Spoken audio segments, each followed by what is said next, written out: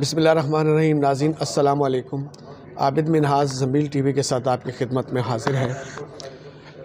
Election commission of Pakistan ने महफूज किया गया फ़ैसला सुनाते हुए 31 दिसंबर को होने वाले इस्लामाबाद के बल्दियाती इलेक्शन मुलतवी कर दिए। इससे कब इलेक्शन कमीशन ऑफ पाकिस्तान ने इस्लामाबाद के बल्दियाती इंतखाबात से मुतल्लिक समाअत मुकम्मल होने के बाद फ़ैसला महफूज कर लिया था।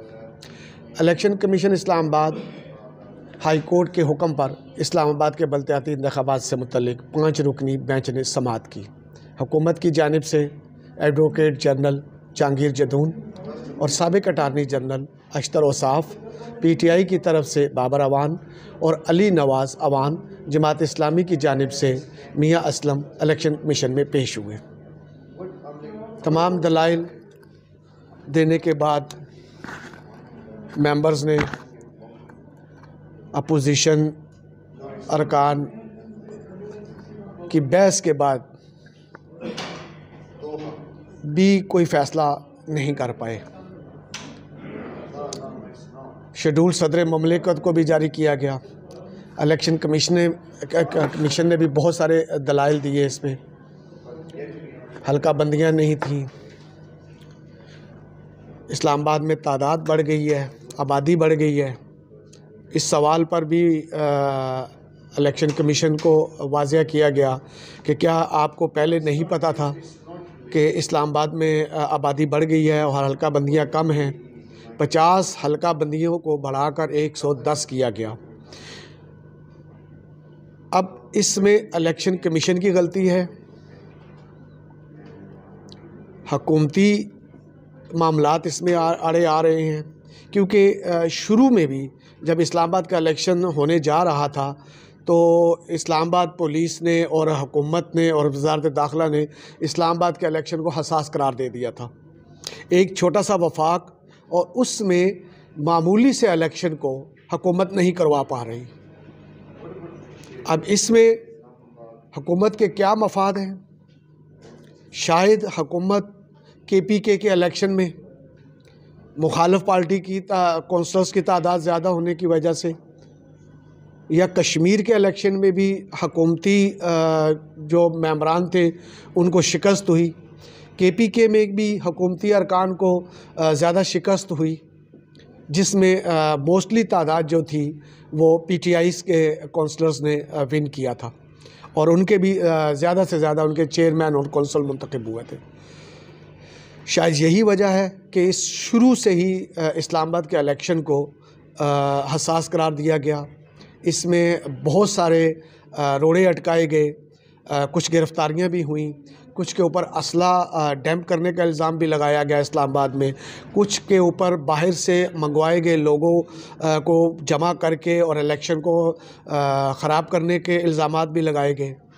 दहशतगर्दी के इल्ज़ामात भी साबित हुए कि जी इस्लामाबाद में दहशतगर्दी भी हो सकती है इलेक्शन के ऊपर।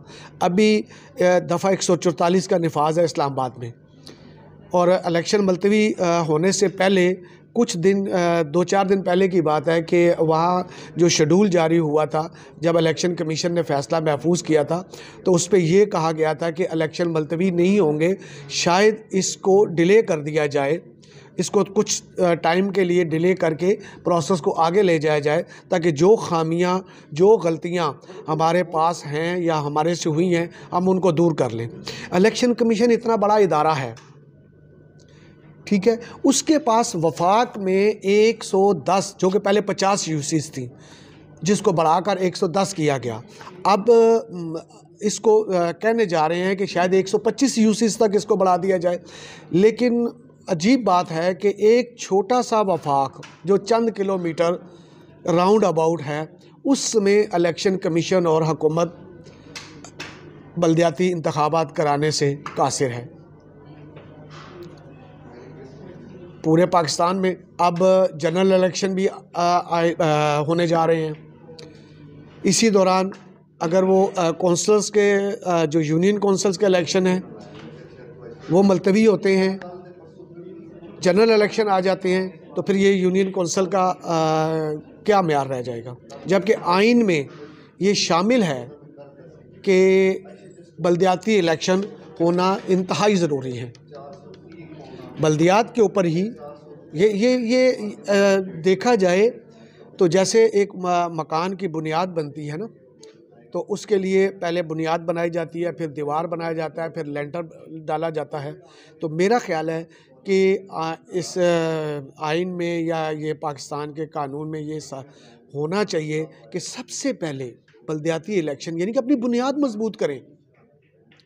जब बुनियाद मजबूत होगी तो फिर दीवार मजबूत होगी, जब दीवार मजबूत होगी तो फिर ही उसका छत मजबूत पड़ेगा। जब आपकी बुनियाद ही कमज़ोर है तो आप उस पर मज़ीद क्या कह सकेंगे। मेरा ख़्याल है कि ये हुकूमती बदनीति है कि इस्लामाबाद में इलेक्शन नहीं करवाए जा रहे, हीले बहाने से इसको मुलतवी किया गया है। बल्कि अख्तर औसाफ साहब जो मेंबर थे, उन्होंने यकीन भी दिलाया है कि बल्दियाती इंतखाबात और सूबाई इंतखाबात में मुकम्मल मुआवनत करेंगे। दूसरे जो मेंबर थे उन्होंने भी वाज़िया अल्फाज में कहा, सिकंदर सुल्तान राजा साहब ने, कि आइन के आर्टिकल 148 में लिखा है कि लोकल कानून के मुताबिक इलेक्शन करवाने हैं। अब वो कानून ही बदल दिया जाए तो फिर क्या किया जाए। अपने मफाद के लिए फौरी तौर पे कानून बदल दिए जाते हैं। होना तो वही है जो अवाम ने चाहना है। अगर कश्मीर में हकूमती अरकान को वोट नहीं मिले या उनके कम मेंबर मुंतखब हुए हैं, या KPK में हकूमती अरकान नहीं मुंतखब हुए और दूसरे अपोजिशन के लोग मुंतखब हुए हैं, तो इसमें किसी का तो कोई दोष नहीं है। हुकूमत को होश के नाखून लेने चाहिए कि कम से कम इन इलेक्शंस के लिए अपनी बुनियाद मजबूत करें। और ये जो बल्दियाती इंतखाबात होते हैं, ये एक बुनियाद है। जब ये मजबूत होगी, इसके ऊपर दीवार भी मजबूत होगी और छत भी मजबूत होगा। लिहाजा हम तो यही कहेंगे आवाम की आवाज़ बन के कि फौरी तौर पे इस्लामाबाद में बल्दियाती इलेक्शन करवाए जाएं, ताकि इस्लामाबाद के लोगों को भी अपना हक़ दराई दही इस्तेमाल करने का हक़ मिल सके और वो भी अपने नुमाइंदगान जो हैं वो मुंतखब कर सकें। 2 साल से इस्लामाबाद में इलेक्शन नहीं हुए और मेयर का इंतखाब ऑटोमेटिक हो जाता है, मेयर मुंतखब कर लिया जाता है। ये अवाम का तो वो नहीं है ना, अवाम ने तो मेयर को मुंतखब नहीं किया। इसीलिए गवर्नमेंट को चाहिए कि इस्लामाबाद में बल्दियाती इलेक्शन करवाए जाएं। ये वफाक है, यहाँ कानून साजी होगी, यहाँ कानून का बोलबाला होगा तो पूरे पाकिस्तान में, पूरे सूबों में बोलबाला होगा। पंजाब में भी इलेक्शन, बल्दियाती इलेक्शन रुके हुए हैं, वहाँ भी हल्का बंदियाँ शायद मुतासर हैं। अजीब बात है कि इतना बड़ा इलेक्शन कमीशन होने के बावजूद ये छोटी सी गलती जो है कि हल्का बंदियाँ या हल्के में वोटर्स की तादाद ज़्यादा हो गई है, उसको नहीं पता। क्या वो नादरा से डाटा लेके उसके ऊपर बाकायदा सब मामलात करने के बाद क्या वो शेड्यूल जारी नहीं कर सकते थे? मैं तो यही समझता हूँ कि इसमें हुकूमती बदनीति है जो कि इस्लामाबाद में इलेक्शन नहीं करवा रहे हैं। बहुत शुक्रिया। अब तक के लिए इतना ही। मज़ीद जानने के लिए हमारे चैनल को सब्सक्राइब करें, लाइक करें, शेयर करें, ताकि आने वाली अपडेट्स जो हैं वो आप तक बर वक्त मिल सकें। वस्सलाम।